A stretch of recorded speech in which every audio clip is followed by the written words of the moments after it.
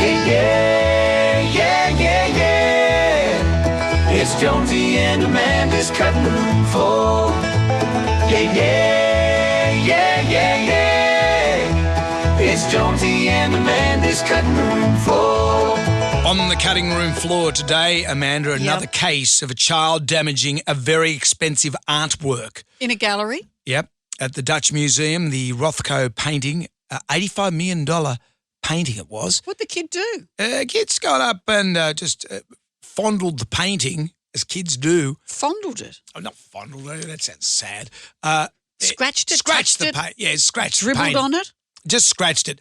The painting, Grey, Orange on Maroon, number 8 by Mark Rothko. One of my favourites. Sustained superficial damage. So it's not too bad. But the kid has got How old's that. the kid? Doesn't say how old the kid was.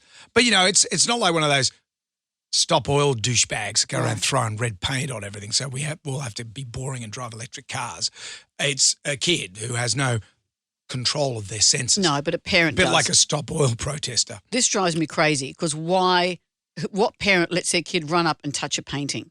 I don't understand how undisciplined children are. I sound like a curmudgeon, but I don't get how these kids can be so undisciplined. Well, you'd imagine that they'd cover it up a little bit more, though, wouldn't they? Well, Well, they at least put the velvet rope around it. I'm surprised, but not every painting is going to be that. You can get up close and personal. Yeah. For the kid to get there and presumably reach up, depending how old the kid was, reach up and do it, that's bad. How much damage did it cause? No, it's not bad. Officials have expressed confidence that the painting will be able to return to public display in the future. It'd be funny if it was Edward Munch's, the scream, and he's scratching it and the face is going, stop it! Well, remember that time Edward Munch's scream got stolen by those robbers. Yeah. So imagine the robbers running down the road with it under his arm. And there's... I wish he'd scratch the dogs playing poker and the dogs are just going. But kids, when you take them out in public, there's always trouble. There's always a fear. There's always a fear. One of the first times we thought we'd try and blood Liam when he was earlier, and we'd go to a restaurant, just a fish and chip place down the road. Mm-hmm. And he went to the loo, and then he charmingly was chatting to a woman at the next table. What she didn't know, and I saw to my horror when he stepped away, is he had tomato sauce all over his hand. He's had his hand on the back of a jumper, chatting to her like he was a maitre d'. I thought, isn't he delightful? With a big red handprint. Oh, terrible. My son, years ago, I was working at a radio station in Brisbane, and they used to do a thing called the River Fire. What was that? Basically, to make the Brisbane River look more interesting, they put fireworks. They stopped it being brown. They put fireworks to take the focus away from the brownness of the Brisbane River. They put fireworks all around it, and it culminates with an F-A-18, I think, at the time. Plane. One of the big get-out-of-town, the one warplane we've got.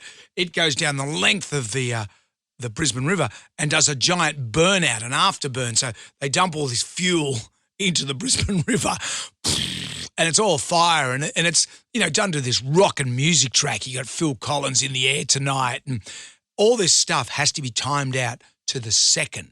So in the broadcast studio, we've got our music timed out and then there was a master clock.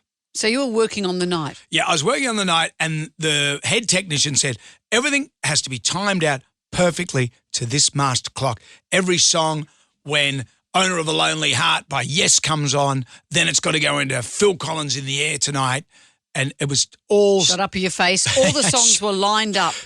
For when all the fireworks go off. Boom, boom, boom, boom, fair boom. enough. You're a radio guy. You'd know how to do this. Plane comes over the top, afterburn.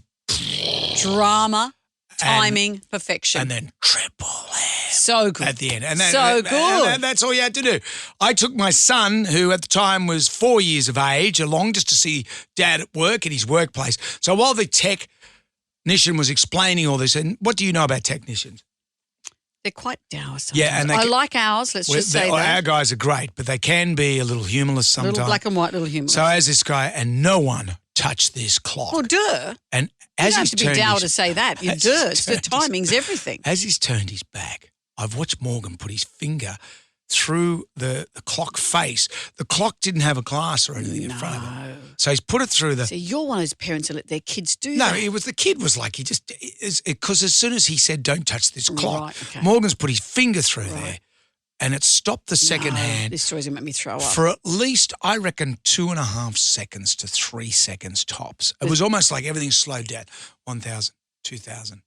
And I went, and I didn't say anything. No one noticed. No one noticed anything. And how did your sphincter go when you were watching this spectacle My begin? sphincter was just, and then the tech came in and said, that clock is 3 seconds out. What's happened? So this is before. This is as it's going, as the whole thing's going to air, like as it's happening. So the master clock that we'd all timed out to was now 3 seconds out. The other clock, so there was a series of clocks. What was the plane going to be on? Well, the plane was on the master clock. That's why we had the master clock, and they're talking to the pilot. So if you're all on the same timing, is it okay, or do some of the fireworks on another clock? As it turned out, a headwind slowed the plane down a little bit. So 3 seconds dovetailed nicely. Wow. It was at that point that I brought up that my son had put his finger in the clock. Did you say it? Yeah. But that didn't go down well. Laughed and laughed and said, aren't kids fun? That didn't go down well. Oh, well, your afterburners were going, I bet. And but for a while then, my undies were going to look like the Brisbane River. Okay, kids, that's it for today.